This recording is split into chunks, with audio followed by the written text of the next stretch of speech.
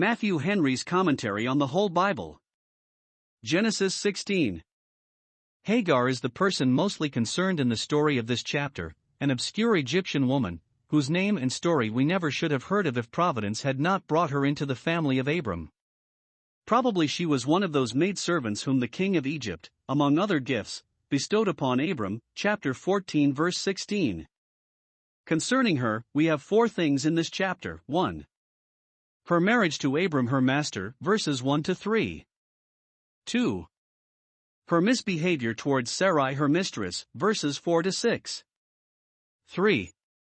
Her discourse with an angel that met her in her flight, verses 7 to 14. 4. Her delivery of a son, verses 15 and 16. Abram, Sarai, and Hagar, 1911 BC. 1. Now Sarai Abram's wife bare him no children, and she had a handmaid, an Egyptian, whose name was Hagar. 2. And Sarai said unto Abram, Behold now, the Lord hath restrained me from bearing, I pray thee, go in unto my maid, it may be that I may obtain children by her. And Abram hearkened to the voice of Sarai. 3. And Sarai Abram's wife took Hagar her maid the Egyptian, after Abram had dwelt 10 years in the land of Canaan, and gave her to her husband Abram to be his wife. We have here the marriage of Abram to Hagar, who was his secondary wife. Herein, though some excuse may be made for him, he cannot be justified, for from the beginning it was not so, and, when it was so, it seems to have proceeded from an irregular desire to build up families for the speedier peopling of the world and the church. Certainly it must not be so now. Christ has reduced this matter to the first institution, and makes the marriage union to be between one man and one woman only. Now, 1. The maker of this match, would one think it? Was Sarai herself. She said to Abram, I pray thee, go in unto my maid, verse 2. Note 1. It is the policy of Satan to tempt us by our nearest and dearest relations, or those friends that we have an opinion of and an affection for. The temptation is most dangerous when it is sent by a hand that is least suspected. It is our wisdom therefore to consider, not so much who speaks as what is spoken. 2. God's commands consult our comfort and honor much better than our own contrivances do. It would have been much more for Sarai's interest if Abram had kept to the rule of God's law instead of being guided by her foolish projects, but we often duel for ourselves. 2. The inducement to it was Sarai's barrenness. 1. Sarai bare Abram no children. She was very fair, chapter 12 verse 14, was a very agreeable, dutiful wife, and a sharer with him in his large possessions, and yet written childless. Note 1. God dispenses his gifts variously, loading us with benefits, but not overloading us. Some cross or other is appointed to be an alloy to great enjoyments. 2. The mercy of children is often given to the poor, and denied to the rich, given to the wicked, and denied to good people, though the rich have most to leave them, and good people would take most care of their education. God does herein as it has pleased him. 2. She owned God's providence in this affliction. The Lord hath restrained me from bearing. Note 1. As, where children are, it is God that gives them, chapter 33 verse 5, so where they are wanted it is he that withholds them, chapter 30 verse 2. This evil is of the Lord. 2. It becomes us to acknowledge this, that we may bear it, and improve it, as an affliction of his ordering for wise and holy ends. 3. She used this as an argument with Abram to marry his maid, and he was prevailed upon by this argument to do it. Note 1. When our hearts are too much set upon any creature comfort, we are easily put upon the use of indirect methods for the obtaining of it. Inordinate desires commonly produce irregular endeavors. If our wishes be not kept in a submission to God's providence, our pursuits will scarcely be kept under the restraints of his precepts. 2. It is for want of a firm dependence upon God's promise, and a patient waiting for God's time, that we go out of the way of our duty to catch at expected mercy. He that believes does not make haste. For Abram's compliance with Sarai's proposal, we have reason to think, was from an earnest desire of the promised seed, on whom the covenant should be entailed.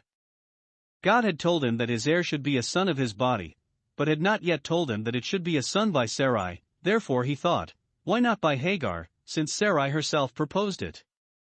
Note 1. Foul temptations may have very fair pretenses, and be colored with that which is very plausible. 2. Fleshly wisdom, as it anticipates God's time of mercy, so it puts us out of God's way. 3. This would be happily prevented if we would ask counsel of God by the word and by prayer, before we attempt that which is important and suspicious. Herein Abram was wanting, he married without God's consent. This persuasion came not of him that called him. 4. And he went in unto Hagar, and she conceived, and when she saw that she had conceived, her mistress was despised in her eyes. 5. And Sarai said unto Abram, My wrong be upon thee, I have given my maid into thy bosom, and when she saw that she had conceived, I was despised in her eyes, the Lord judge between me and thee. 6. But Abram said unto Sarai, Behold, thy maid is in thy hand, do to her as it pleaseth thee. And when Sarai dealt hardly with her, she fled from her face. We have here the immediate bad consequences of Abram's unhappy marriage to Hagar. A great deal of mischief it made quickly.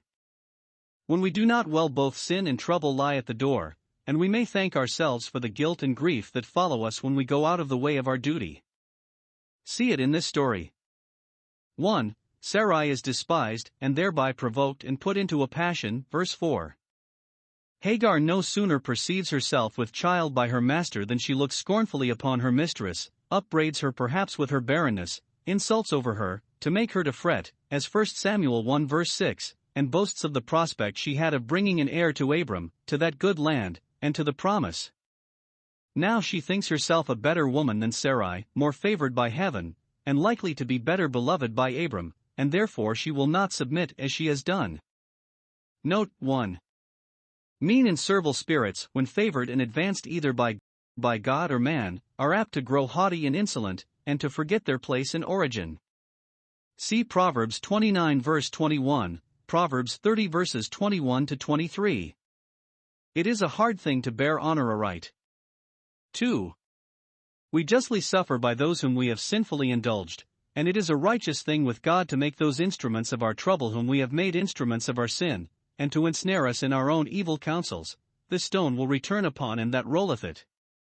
2. Abram is clamored upon, and cannot be easy, while Sarai is out of humor. She upbraids him vehemently, and very unjustly charges him with the injury. Verse 5. My wrong be upon thee, with a most unreasonable jealousy, suspecting that he countenanced Hagar's insolence, and, as one not willing to hear what Abram had to say for the rectifying of the mistake and the clearing of himself, she rashly appeals to God in the case. The Lord judge between me and thee, as if Abram had refused to write her. Thus does Sarai, in her passion, speak as one of the foolish women speaketh. Note 1. It is an absurdity which passionate people are often guilty of, to quarrel with others for that of which they themselves must bear the blame. Sarai could not but own that she had given her maid to Abram, and yet she cries out, My wrong be upon thee, when she should have said, What a fool was I to do so. That is never said wisely, which pride and anger have the inditing of. When passion is upon the throne, reason is out of doors, and is neither heard nor spoken. 2. Those are not always in the right who are most loud and forward in appealing to God. Rash and bold imprecations are commonly evidences of guilt and a bad cause. 3. Hagar is afflicted and driven from the house, verse 6. Observe, 1. Abram's meekness resigns the matter of the maidservant to Sarai, whose proper province it was to rule that part of the family. Thy maid is in thy hand. Though she was his wife, he would not countenance nor protect her in anything that was disrespectful to Sarai, for whom he still retained the same affection that ever he had. Note, those who would keep up peace and love must return soft answers to hard accusations. Husbands and wives particularly should agree, and endeavor not to be both angry together. Yielding pacifies great offenses. See Proverbs 15 verse 1. 2. Sarai's passion will be revenged upon Hagar. She dealt hardly with her, not only confining her to her usual place and work as a servant, but probably making her to serve with rigor. Note, God takes notice of, and is displeased with, the hardships which harsh masters unreasonably put upon their servants. They ought to forbear threatening, with Job's thought, Did not he that made me make him? Job 31 verse 15. 3. Hagar's pride cannot bear it, her high spirit having become impatient of rebuke, she fled from her face. She not only avoided her wrath for the present, as David did Saul's, but she totally deserted her service, and ran away from the house, forgetting 1. What wrong she hereby did to her mistress, whose servant she was, and to her master, whose wife she was. Note, pride will hardly be restrained by any bonds of duty, no, not by many. 2. That she herself had first given the provocation, by despising her mistress. Note, those that suffer for their faults ought to bear their sufferings patiently, 1 Peter 2 verse 20. 7. And the angel of the Lord found her by a fountain of water in the wilderness, by the fountain in the way to Shur. 8. And he said, Hagar, Sarai's maid, whence camest thou? And whither wilt thou go? And she said, I flee from the face of my mistress Sarai. 9. And the angel of the Lord said unto her, Return to thy mistress, and submit thyself under her hands. Here is the first mention we have in Scripture of an angel's appearance. Hagar was a type of the law, which was given by the disposition of angels, but the world to come is not put in subjection to them, Hebrews 2 verse 5. Observe. 1. How the angel arrested her in her flight, verse 7. It should seem she was making towards her own country, for she was in the way to Shur, which lay towards Egypt. It were well if our afflictions would make us think of our home, the better country. But Hagar was now out of her place, and out of the way of her duty, and going further astray, when the angel found her. Note 1. It is a great mercy to be stopped in a sinful way either by conscience or by providence. 2. God suffers those that are out of the way to wander a while, that when they see their folly, and what a loss they have brought themselves to, they may be the better disposed to return. Hagar was not stopped till she was in the wilderness, and had sat down, weary enough, and glad of clear water to refresh herself with. God brings us into a wilderness, and there meets us, Hosea 2 verse 14. 2. How he examined her, verse 8. Observe. 1. He called her Hagar, Sarai's maid. 1. As a check to her pride. Though she was Abram's wife, and, as such, was obliged to return, yet he calls her Sarai's maid, to humble her. Note, though civility teaches us to call others by their highest titles, yet humility and wisdom teach us to call ourselves by the lowest. 2. As a rebuke to her flight. Sarai's maid ought to be in Sarai's tent, and not wandering in the wilderness and sauntering by a fountain of water. Note, it is good for us often to call to mind what our place and relation are. See Ecclesiastes 10 verse 4. 2. The questions the angel put to her were proper and very pertinent. 1. Whence comest thou? Consider that thou art running away both from the duty thou wast bound to and the privileges thou wast blessed with in Abram's tent. Note, it is a great advantage to live in a religious family, which those ought to consider who have that advantage, yet upon every slight inducement are forward to quit it. 2. Whither wilt thou go? Thou art running thyself into sin in Egypt. If she return to that people, she will return to their gods, and into danger, in the wilderness, through which she must travel, Deuteronomy 8 verse 15. Note, those who are forsaking God and their duty would do well to remember not only whence they have fallen, but whither they are falling. See Jeremiah 2 verse 18, What hast thou to do, with Hagar, in the way of Egypt? John 6 verse 68. 3. Her answer was honest, and a fair confession, I flee from the face of my mistress. In this 1. She acknowledges her fault in fleeing from her mistress, and yet 2. Excuses it, that it was from the face, of displeasure, of her mistress. Note, children and servants must be treated with mildness and gentleness, lest we provoke them to take any irregular courses and so become accessory to their sins, which will condemn us, though it will not justify them. 4. How he sent her back, with suitable and compassionate counsel, Return to thy mistress, and submit thyself under her hand, verse 9. Go home, and humble thyself for what thou hast done amiss, and beg pardon, and resolve for the future to behave thyself better. He makes no question but she would be welcome, though it does not appear that Abram sent after her. Note, those that have gone away from their place in duty, when they are convinced of their error, must hasten their return and reformation, how mortifying soever it may be. The promise concerning Ishmael, 1911 BC. 10 And the angel of the Lord said unto her, I will multiply thy seed exceedingly, that it shall not be numbered for multitude. 11 And the angel of the Lord said unto her, Behold, thou art with child, and shalt bear a son, and shalt call his name Ishmael, because the Lord hath heard thy affliction. 12 And he will be a wild man, his hand will be against every man, and every man's hand against him, and he shall dwell in the presence of all his brethren. 13 And she called the name of the Lord that spake unto her, Thou God sayest me, for she said, Have I also here looked after him that seeth me? 14 Wherefore the well was called Beer-lahai-roi, behold, it is between Kadesh and Bered. We may suppose that the angel having given Hagar that good counsel, verse 9, to return to her mistress, she immediately promised to do so, and was setting her face homeward, and then the angel went on to encourage her with an assurance of the mercy God had in store for her and her seed, for God will meet those with mercy that are returning to their duty. I said, I will confess, and thou forgavest, Psalm 32 verse 5.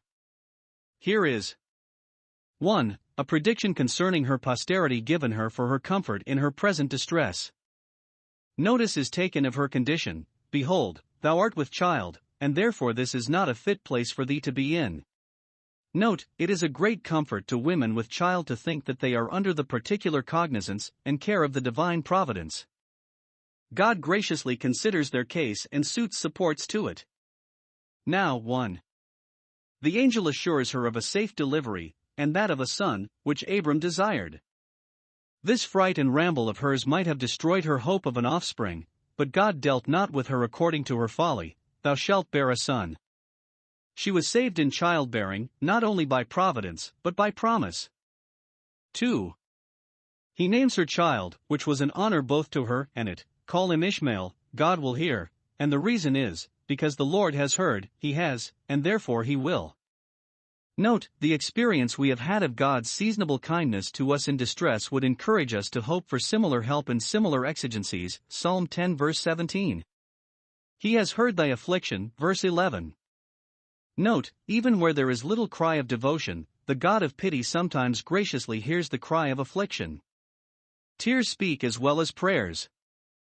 This speaks comfort to the afflicted, that God not only sees what their afflictions are, but hears what they say. Note, further, seasonable succors in a day of affliction ought always to be remembered with thankfulness to God. Such a time, in such a strait, the Lord heard the voice of my affliction and helped me. See Deuteronomy 26 verse 7, Psalm 31 verse 22. 3. He promises her a numerous offspring, verse 10 I will multiply thy seed exceedingly, Heb multiplying, I will multiply it, that is, multiply it in every age, so as to perpetuate it. It is supposed that the Turks at this day descend from Ishmael, and they are a great people. This was in pursuance of the promise made to Abram, I will make thy seed as the dust of the earth, chapter 13 verse 16.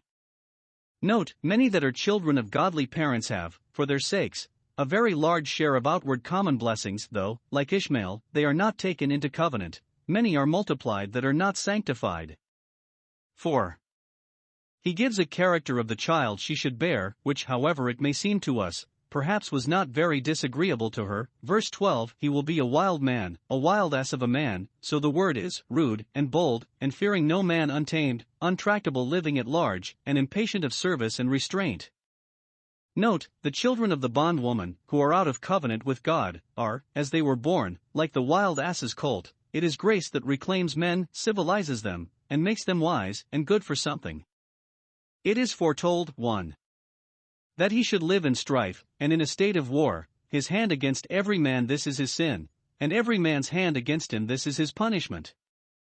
Note, those that have turbulent spirits have commonly troublesome lives, those that are provoking, vexatious, and injurious to others, must expect to be repaid in their own coin. He that has his hand and tongue against every man shall have every man's hand and tongue against him, and he has no reason to complain of it. And yet 2. That he should live in safety, and hold his own against all the world, he shall dwell in the presence of all his brethren. though threatened and insulted by all his neighbors, yet he shall keep his ground, and for Abram's sake, more than his own, shall be able to make his part good with them. Accordingly we read, chapter 25 verse 18, that he died, as he lived, in the presence of all his brethren.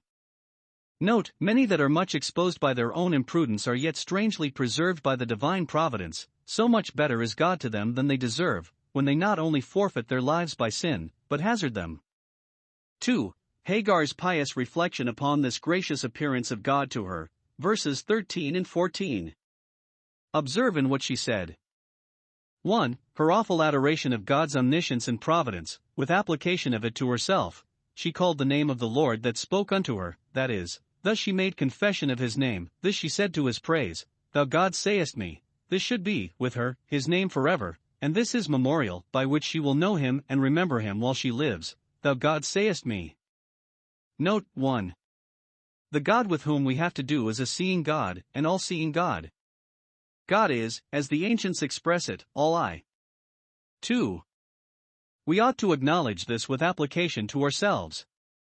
He that sees all sees me, as David, Psalm 139 verse 1, O Lord, Thou hast searched me, and known me.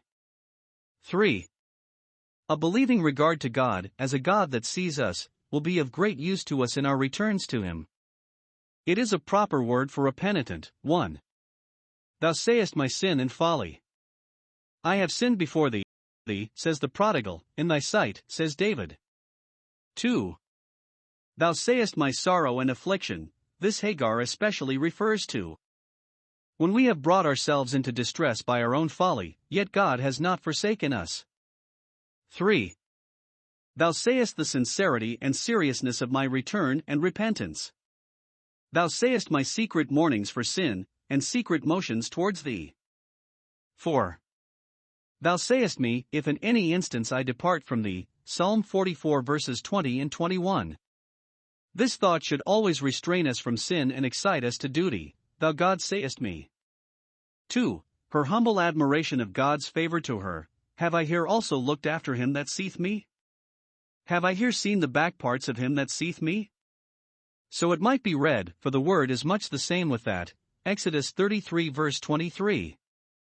She saw not face to face, but as through a glass darkly, 1 Corinthians 13 verse 12. Probably she knew not who it was that talked with her, till he was departing, as Judges 6 verses 21 and 22, Judges 13 verse 21, and then she looked after him, with a reflection like that of the two disciples, Luke 24 verses 31 and 32.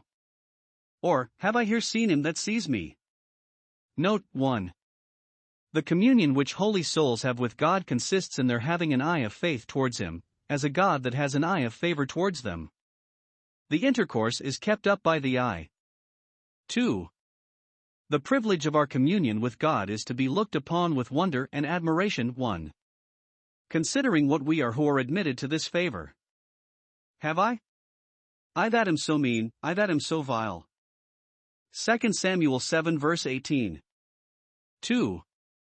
Considering the place where we are thus favored here also? Not only in Abram's tent and at his altar, but here also, in this wilderness?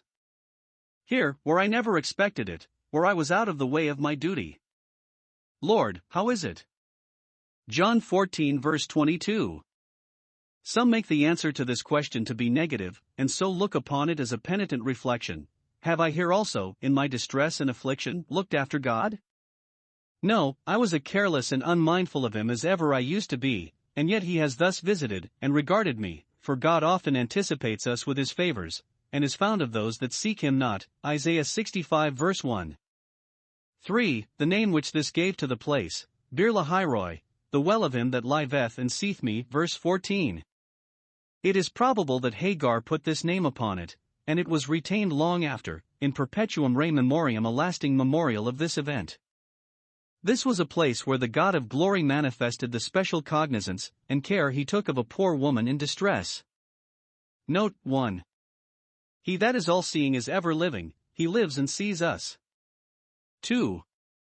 Those that are graciously admitted into communion with God, and receive seasonable comforts from him, should tell others what he has done for their souls, that they also may be encouraged to seek him and trust in him. 3.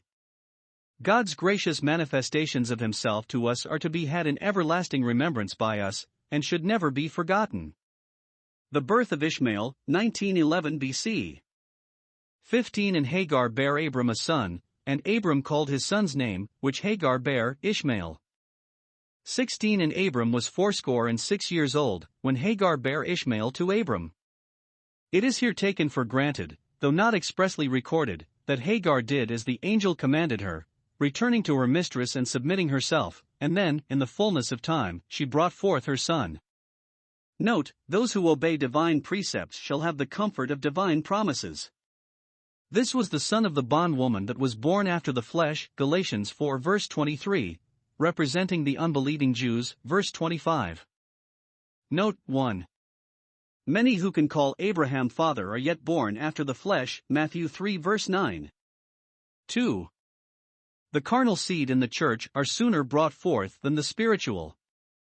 It is an easier thing to persuade men to assume the form of godliness than to submit to the power of godliness.